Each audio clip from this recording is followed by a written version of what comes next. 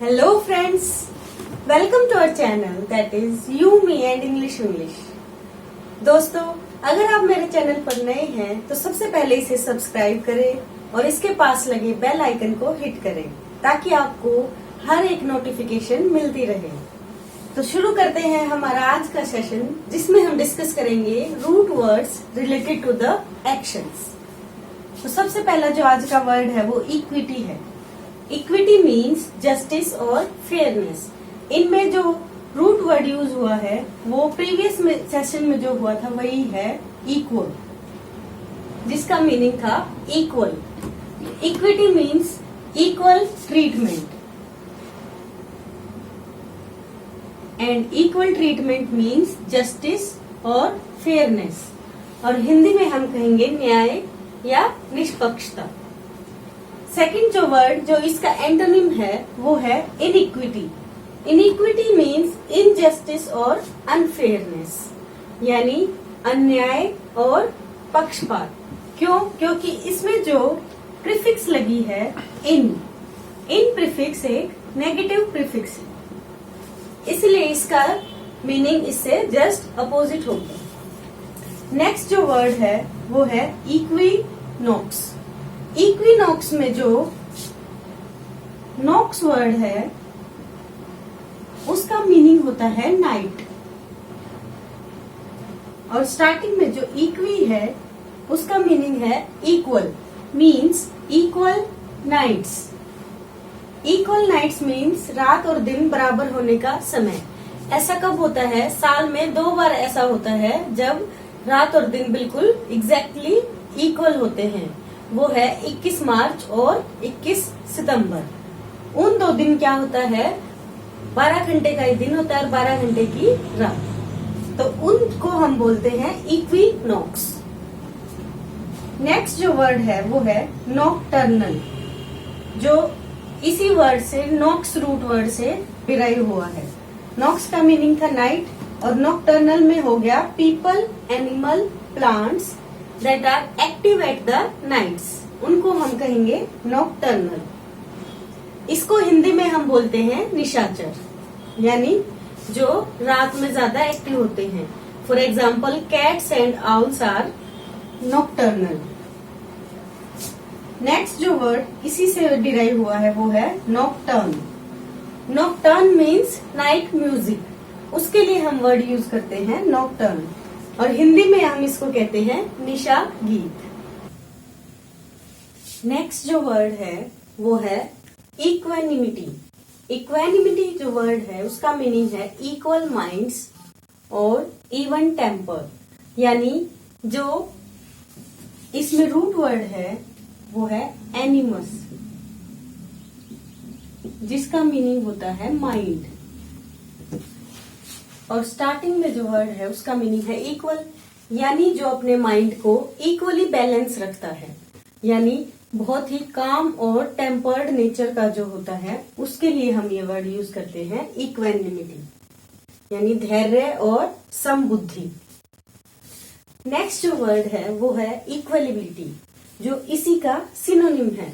इसका मीनिंग भी सेम है, काम और इवन टेम्पर्ड। हिंदी में हम कहेंगे धैर्य और शांत। नेक्स्ट जो वर्ड है वो है इक्विलिब्रियम। इक्विलिब्रियम का मीनिंग होता है इक्वल बैलेंस। क्यों? क्योंकि इसमें जो सेकंड रूट वर्ड यूज हुआ है वो है लिब्रा, जिसका मीनिंग होता है बैलेंस, और इक्वी का मीनिंग वही इक्वल, यानी इक्वल बैलेंस जहां पर होता है उसको हम कहते हैं इक्विलिब्रियम। नेक्स्ट जो वर्ड है वो है इक्विलिब्रिस्ट। इक्विलिब्रिस्ट वो होता है जो हमने देखा होगा कि पतली सी रोप पे चलते हैं तो वो क्या करते हैं, अपना बैलेंस इस तरह से बनाते हैं कि वो ना गिरे, ग्रेविटी के साथ इस तरह से मैच करते हैं कि उनका बैलेंस बिल्कुल बना रहे, तो इसलिए हम उनको कहते हैं इक्विलिब्रिस्ट, यानी इसको कहते हैं प्रोफेशनल टाइट रोप वॉकर। नेक्स्ट जो वर्ड है वो है इक्वेटर। इक्वेटर क्या होता है?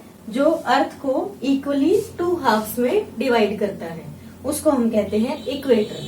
तो हिंदी में हम उसे कहेंगे भूमध्य रेखा। इसी तरह से जो बाकी वर्ड हैं जो इक्वी रूट वर्ड से बनते हैं वो है जैसे इक्विलेटरल। इक्विलेटरल में क्या होता है, लेटरल का मीनिंग होता है साइड्स, और इक्वी का मतलब हुआ इक्वल, यानी equal sides. One having that equal sides is called equilateral. अभी तक हमने जो किया उसमें हमने जो रूट वर्ड यूज किया था वो था इक्वल और इक्वल। इसी से रिलेटेड एक दूसरा रूट वर्ड है जो है इक्वस, जिसका मीनिंग होता है होर्स। इसलिए हमें इनमें कंफ्यूज होने की जरूरत नहीं है, क्योंकि इसमें भी हम देख के यूज सोच सकते हैं कि ये कहीं इक्वल को शो तो नहीं कर रहा, बट ये इसमें यूज हुआ है होर्स के लिए। इक्वस का मीनिंग होता है होर्स, और equestrian means someone on the horse, यानी जो होर्स के ऊपर बैठा हुआ है, या हम कह सकते हैं होर्स राइडर, उसके लिए हम कहते हैं इक्वेस्ट्रियन। जैसे पेडिस्ट्रियन होता है समवन ऑन द फुट, जो हमने प्रीवियस सेशन में डिस्कस किया था। इसका हिंदी में मीनिंग है घुड़सवार। इसी वर्ड से एक और वर्ड बनता है जो है इक्विन। इक्विन का मीनिंग होता है लाइक अ हॉर्स और सिंपली हॉर्स, या जिनके हम कह सकते हैं कुछ लोगों की जैसे हम कहे अपीयरेंस या कैरेक्टरिस्टिक जिनकी हॉर्स के जैसी होती हैं, उनको भी हम कह सकते हैं कि ही इज ए इक्विन। उसको कहते हैं हिंदी में घोड़े जैसा। नेक्स्ट जो वर्ड यूज होता है वो है वोसिफेरस। वोसिफेरस में जो फर्स्ट वर्ड है उसका मतलब है वॉइस, और सेकंड जो रूट वर्ड इसमें यूज हुआ है वो है फेरो। फेरो का मीनिंग होता है कैरी,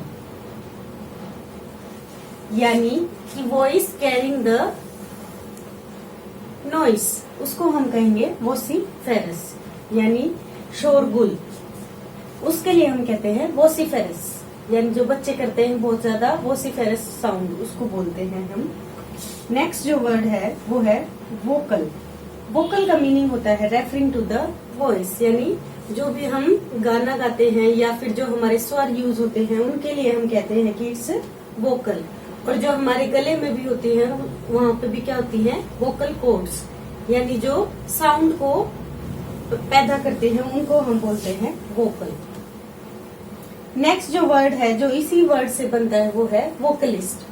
वोकलिस्ट होता है एक सिंगर, जिसे हम हिंदी में कहेंगे गायक, तो उसको हम कहते हैं वोकलिस्ट।